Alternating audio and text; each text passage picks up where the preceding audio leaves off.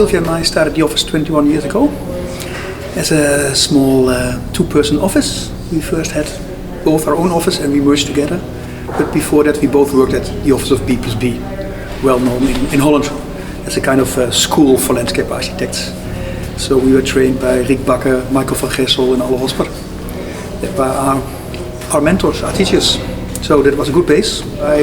In the beginning of the office we won Federation Square, big project in Melbourne. Yeah, that was a learning school by itself, but also put us a little bit on the international market. We still like to do that, working internationally, which is I think at the moment in the office 30% of the workload is outside of Holland. It changed in that way. It changed a lot in these 20 years. No, the first in the 90s it was, we were really the landscape architect.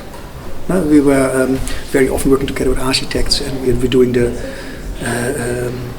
the surroundings, the public space, the green stuff, these kind of things. More and more we start filling in the role of urban planner, more strategic position. So slowly we start not working for architects but with architects. And slowly, at what we're doing now, very often we are in front of the architects, writing the master plan, writing the brief for the architects, selecting them, and giving them the conditions for a project, for example. And now we do all these three things together.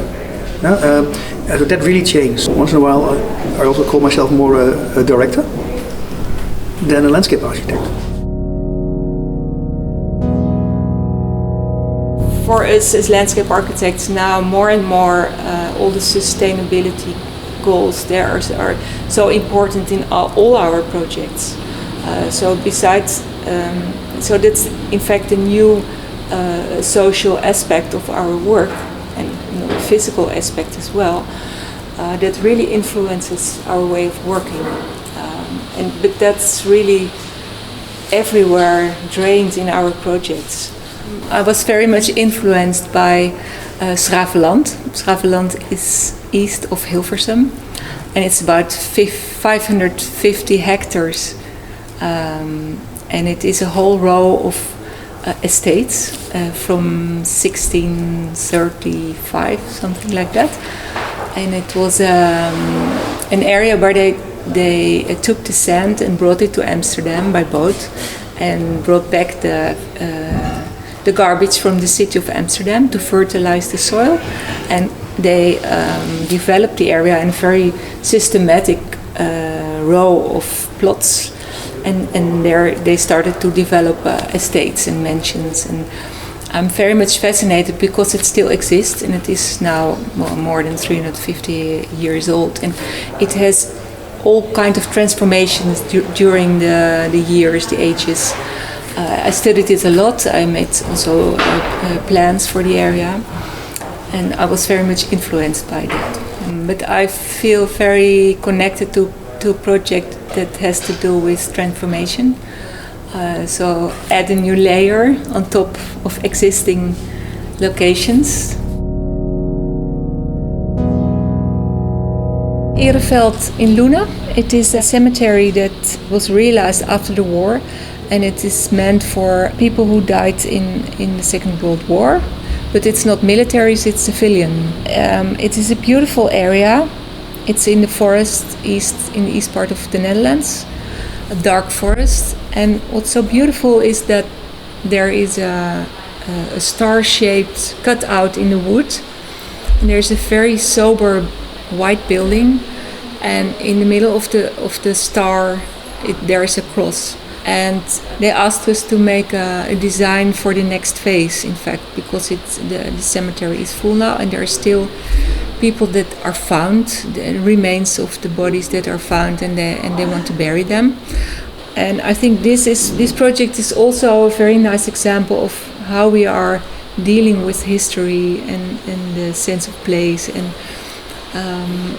because the old cemetery, it really was at the end of its what it could be, and we added a total new design to it, which is a long path through the woods and with several rooms connected to the path. I think it's a very nice way in how we interpret the old design and combine it with new concepts. but it's also, I think, quite a poetic kind of plan.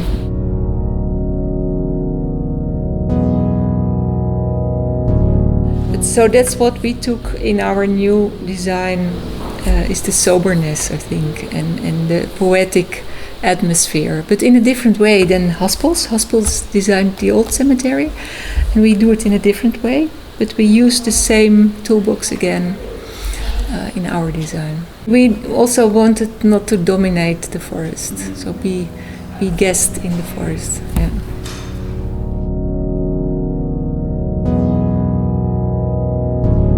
I think we found a concept, we developed a concept that not only has to do with history, but also with meaning for society. So the meaning of the cemetery nowadays is much different than in 1900 when Springer developed the original cemetery. And it's also a project in which the whole office was very much included. So it was a strong concept, also a social concept, I think, but also in terms of form. And also the way we developed all the details and the materials and the planting schemes. It was really a plan of the whole office. So everybody in that time worked on this project. And I think this strong concept was very much recognized all over the world. So it still is, I think, a strong concept, and I think that's very much Karres en Brand. So on one hand, a strong concept, but also the meaning for society, the bigger picture, but also make it beautiful and really build it. So the building process, I think that's very characteristic for our office.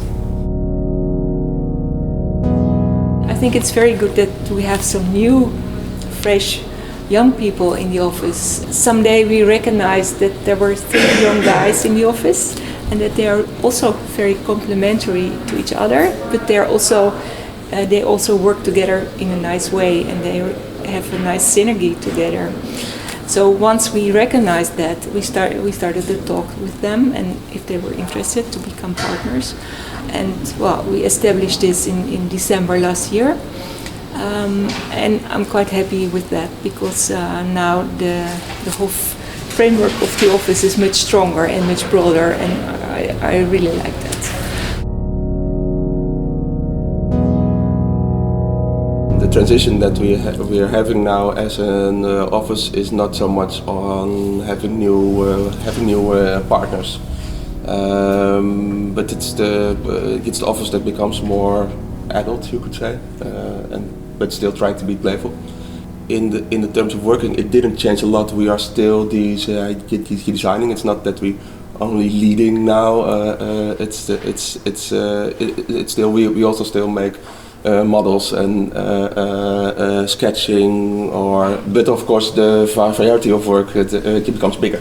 For me, it's very much about and also the way the office works is kind of this moving from one discipline to the other.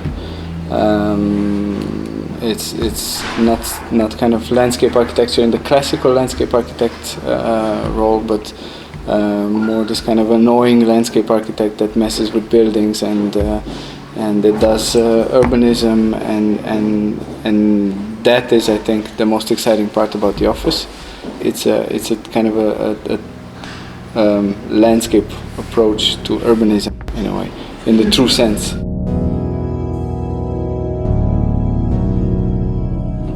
There's also something very kind of special about this kind of incubator that the competition is, that you can kind of forget all the things that you know, all the limitations, all the kind of stress and oh, this is how you make it, and oh, this is not possible, and really kind of ignorantly kind of push things forward. Yes, of course we make things, but first we figure out what we want to make and then we figure out how to make it. We don't start with how we make it, basically, because that limits you a lot. Within the Neerheden project, that's resolved in a model that was very much based on the topography which was there, which was the starting point of creating a quite complex water system, as the Danish has had this cloudburst a couple of years ago, to mix up, let's say, the suburban and the very urban qualities. So you don't have this dull kind of outskirts of the city, but it still can have those qualities as well as the qualities of within the city.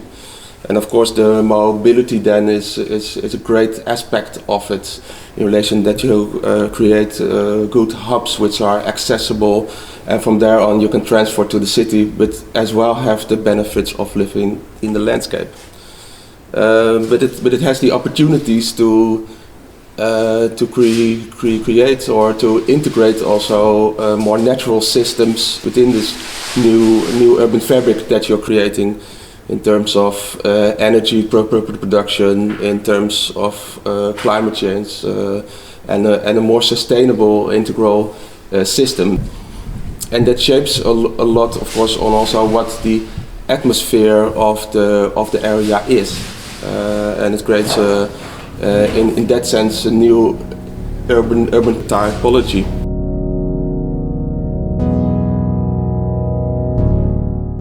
This project that we're working now in Hamburg is for me the best example of that, because nothing that we proposed is legal. So nothing that we proposed is possible in the current kind of German regulation.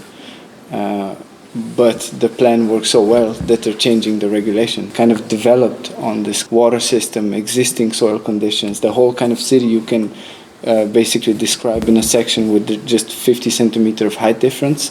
And that kind of defines the whole identities of the neighborhoods, whether you're like free from water or close to water. These kinds of things that we developed kind of almost like ignorantly during competitions. I think if we knew the regulations in Germany, we would have never made this plan and we would have lost. We've also never done a competition that changed so little after we've kind of won it. Now in 2 months we delivered the framework plan and it's almost the same. So that's a sign of kind of, yes, it's also sometimes good to be stubborn in the things that you believe in, and there are universal values in the things that you make, and we find that quite exciting, I think.